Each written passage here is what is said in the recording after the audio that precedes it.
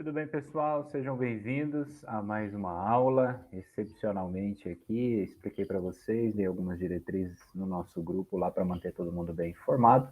A gente está na aula 3, né, continuando o nosso estudo. Essa é uma aula que eu estou usando o sistema do Meet para fazer a gravação, porque o meu sistema normal aí de gravações deu alguns probleminhas, aí eu acabei atrasando, então eu vou usar essa ferramenta para poder compartilhar com vocês aí. Bom, vai parecer uma aula ao vivo, né? Mas na verdade ela está sendo gravada, eu estou sozinho aqui nesse momento, tá? Então, como eu expliquei, a gente tem as aulas ao vivo que vocês participam, a gente conversa e esse compartilhamento de conhecimento também é feito dessa forma, com as aulas gravadas, material de apoio e as outras leituras e vídeos complementares.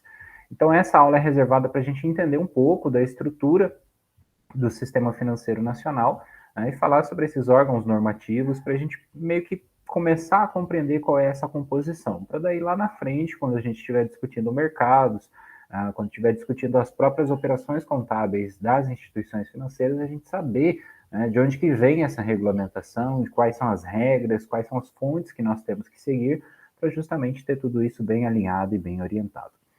Bom, então, sobre o sistema financeiro nacional, o grande marco que se tem, né, ao longo da história, na sua evolução, seria, primeiro, a Lei 4.595, de 1964, que trata justamente sobre as políticas, né, das instituições monetárias, bancárias, creditícias também, e, além disso, cria o Conselho Monetário Nacional, entre outras providências. Essa lei é um marco porque ela estabelece o que é o sistema financeiro nacional de acordo com a sua composição.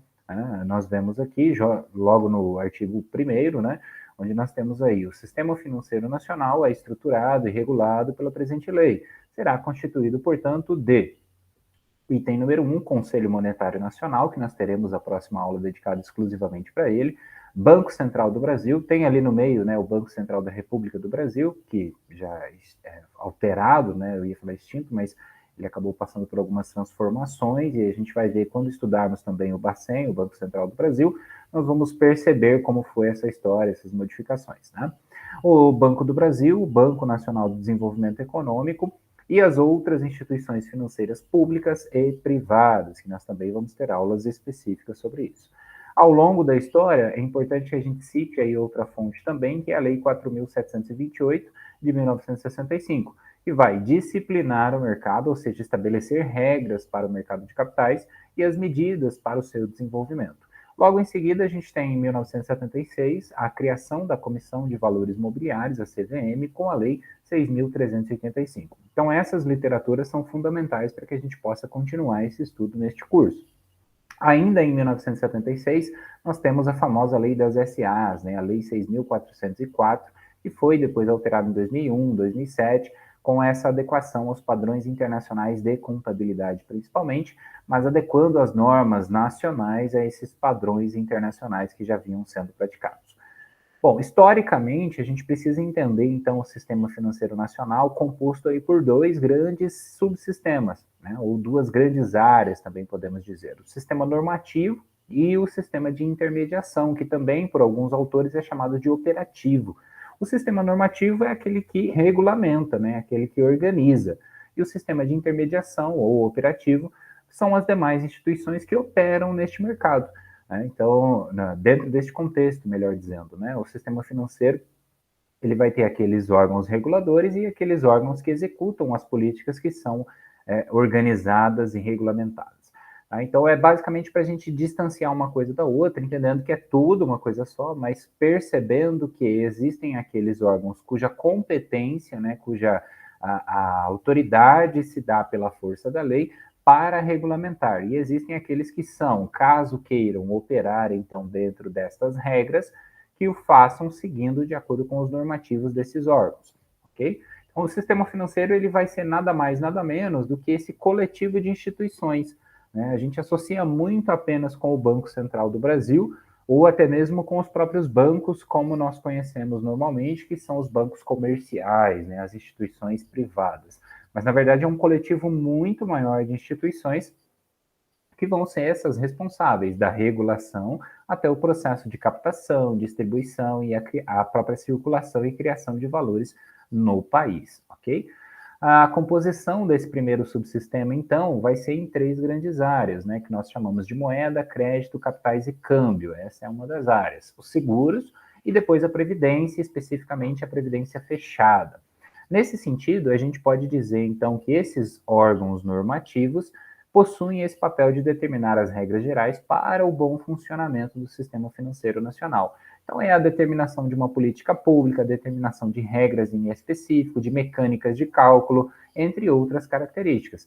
E aí nós podemos citar, né, o Conselho Monetário Nacional, o Conselho Nacional de Seguros Privados e o Conselho Nacional de Previdência Complementar. Cada um deles legislando, regulamentando cada uma dessas grandes áreas.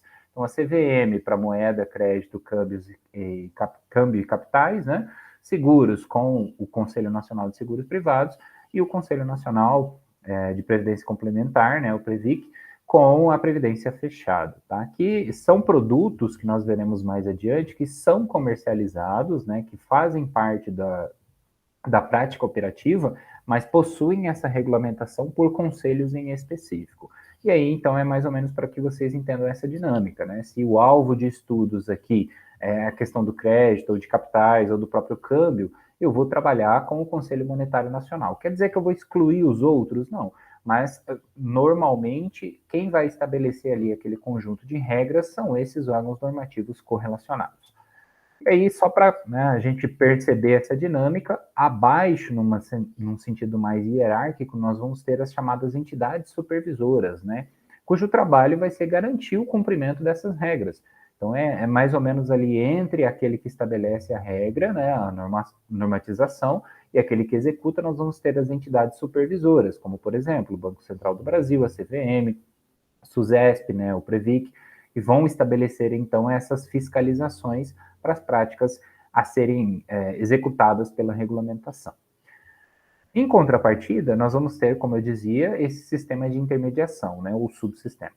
Ele vai ser composto por instituições financeiras, que a gente chama de bancárias e não bancárias, né? Existem esses dois grandes tipos. O jeito mais fácil da gente separar os dois tipos seria com base na ideia de captação de depósitos à vista e ou criação de moeda, né? Então, as instituições financeiras bancárias, elas também são chamadas de monetárias.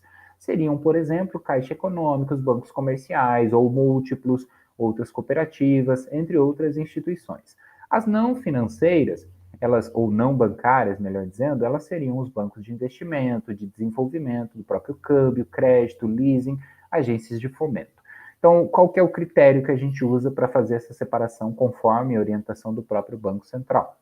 É a captação de depósito à vista e ou a criação, né, do caso de moeda, de valor. Então, o depósito à vista, a gente pode entender ele como a captação a custo zero. É aquela prática que você faz quando abre uma conta, que a gente chama de conta corrente, né, num determinado banco. Pensa aí no banco que você utiliza regularmente. E aí, a transferência desse recurso, desse depósito que a gente chama, nós vimos nas aulas anteriores que os bancos eles se originam das casas de custódia, né, de guardar valores. A transferência para este banco, para esta instituição, precisa se basear em algumas premissas. A primeira delas seria essa ideia de conta corrente. Essa expressão ela vem justamente por causa dessa característica de livre movimentação, né? Que ela vai correr, ela vai circular na contabilidade ou da contabilidade, corrente representa isso, né? Que circula, ok? Então, por tempo indeterminado, ou seja, eu não faço um depósito com uma programação de resgate numa conta corrente. Eu vou lá, eu deposito meu dinheiro, ele fica lá enquanto houver a instituição, e aí, para fins de instituição, para caso ela cabe algum dia, existem regras para isso também, que a gente pode ver em aulas futuras, mas basicamente é por tempo indeterminado. E a movimentação é livre, eu escolho o que eu faço com aquele dinheiro. O banco, neste caso, ele é a instituição bancária, melhor dizendo, né?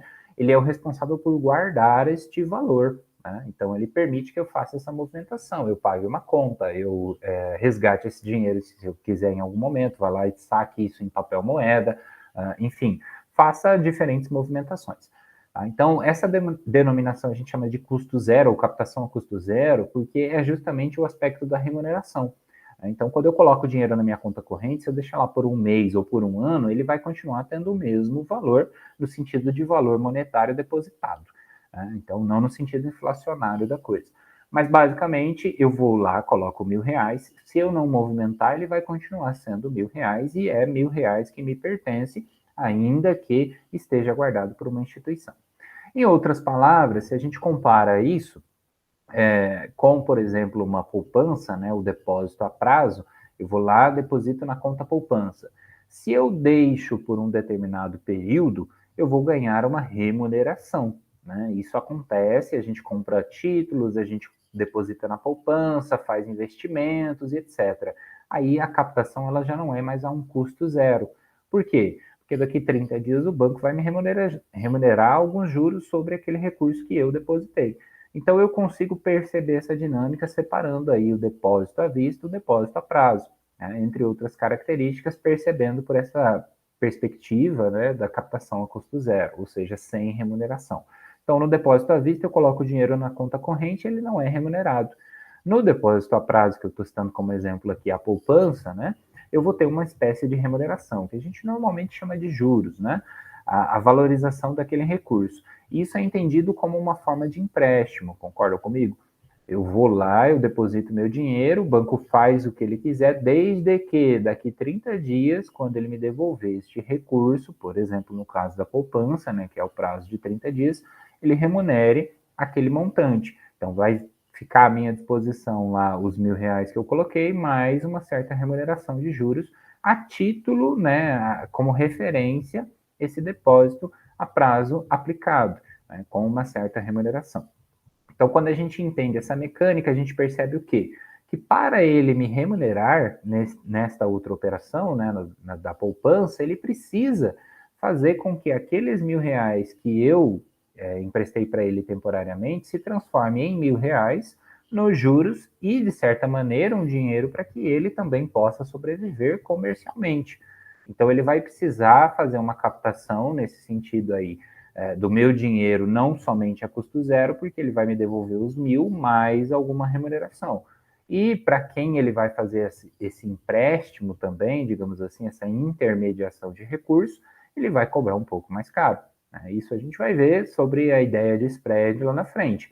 Então, mais ou menos assim, partindo desse pressuposto, eu consigo entender o que é um depósito à vista, né, que a partir do momento que eu coloco o dinheiro lá, sei lá, no caixa eletrônico, por exemplo, eu faço o depósito, ele já fica disponível. Isto é à vista, ok? Eu só citei o exemplo do depósito a prazo aqui com a poupança, para a gente poder entender mais ou menos a mecânica. Não que na poupança não seja um depósito à vista, né? A gente tem a mesma característica, tá? Mas é apenas para a gente poder exemplificar e entender esse conceito de remuneração para perceber o aspecto, então. E aí a criação de valor é mais ou menos nesse sentido, né? A criação de moeda.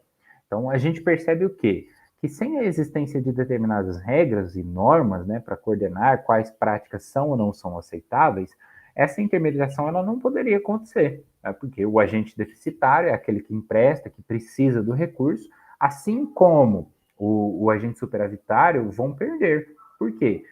O deficitário fica indefeso, ele precisa daquele recurso e ele não tem opções. Ele vai ter que seguir as regras determinadas por aquela instituição. Enquanto que, se eu tenho um órgão fiscalizador, uma entidade supervisora, se eu tenho ali um órgão regulamentador, eu vou garantir que aquela instituição siga determinados padrões. E aí torna aí o jogo, digamos assim, do mercado muito mais organizado, muito mais fácil de compreensão, muito mais justo, né? Em tese, pelo menos, assim como a gente sabe que no Brasil existe essa mecânica um pouco diferenciada, mas dentro da ideia original é mais ou menos para isso. E o agente superavitário, ele deixa de ter as garantias, então ele também perde. Né? O que ele ganha se aquela remuneração não for garantida ao emprestar um recurso, por exemplo? Então, existem aí circunstâncias e, por isso, sem a existência dessas determinadas regras, não seria possível que isso acontecesse. Tá? Assim como, por exemplo, como é que você garante a existência de uma única moeda para toda a nação, né, para todo o Brasil? Proibindo que instituições financeiras ou que qualquer pessoa física, por exemplo, fabrique o seu dinheiro. Né? Então, existem regras para estabelecer como é a produção de moeda, qual é a característica, qual é o lastro aplicado e tudo mais. O outro aspecto que eu queria deixar destacado aqui para vocês, né, é que o dinheiro ou a moeda, como nós falamos aqui, ela não é apenas um papel, ela é o poder de troca em si. Então, ela reflete diretamente na vida de toda a sociedade. Por isso, a necessidade. Então, não seria possível o desenvolvimento econômico de uma nação sem essa devida organização. Conforme a publicação do Banco Central lá em 2020, né, em 2021, mas referente ao ano de 2020, nós teríamos aí por volta de 1.600 instituições em toda a nação. 54% são cooperativas de crédito, 8% são bancos múltiplos, que a gente vai estudar mais adiante também para ver essas distinções, né, essas diferenças, e 1% apenas seriam os bancos comerciais. Então percebam que a realidade do sistema financeiro nacional, ela é talvez muito diferente do que a gente imagina, né? Nós conhecemos apenas 2, 3, 4 bancos, de uma maneira geral, né? E chamamos aquilo de banco e às vezes até não consideramos que uma cooperativa, por exemplo, faça parte do sistema financeiro nacional ou que outras instituições de câmbio, por exemplo, façam parte também. Estão sujeitas às mesmas regras. Uma empresa de leasing, por exemplo, também vai estar sujeita a essas organizações, a essas normatizações estabelecidas pelos órgãos. Tá? Então, assim, é para que a gente possa realmente perceber. E aí, uma vez que você compreende, né, que se o foco é compreender a estrutura normativa, eu vou trabalhar com os órgãos normativos. Né? E se eu quero aprender, por exemplo, sobre investimentos, se eu quero, por exemplo, me dedicar a entender um pouquinho mais sobre o mercado de capitais, o mercado financeiro como um todo, ou políticas monetárias, eu vou trabalhar com determinados órgãos e entidades supervisoras e operadores em específico. Tá? Então, uma vez que a gente tem essa visão mais macro, a gente entende que a estrutura do sistema financeiro nacional é baseada em lei e, portanto, ela não se modifica da noite para o dia. E um outro aspecto é que, para que eu faça parte desse sistema, eu preciso estar sujeito a estas regras. Né? Então, é basicamente por isso que você não pode simplesmente criar um banco do nada, uma instituição financeira, bancária ou não bancária. Você vai primeiro fazer todo esse filtro em relação a essas normas, desde a criação até a execução das atividades operacionais. Deixei o link da publicação para vocês darem uma olhada lá com mais detalhes, para terem mais ou menos essa dimensão desse universo que nós estamos estudando. Na próxima aula a gente continua, vamos avançando aos pouquinhos, para que a gente possa perceber um pouco mais. Na próxima, vamos falar do Conselho Monetário Nacional, dedicando aí um pouco mais de tempo, né, a essas normas, a essas políticas que são estabelecidas e percebendo como isso impacta na vida do cidadão. Né? Então, entendendo quem é que são essas pessoas que estão lá, quem é que são esses profissionais que regulamentam esse mercado que, de certa maneira, envolve todos nós. Então, obrigado pela atenção, espero ver vocês aí na nossa próxima aula ao vivo, contando com a participação, né, e os estudos e esforços de todos. Bons estudos e até lá!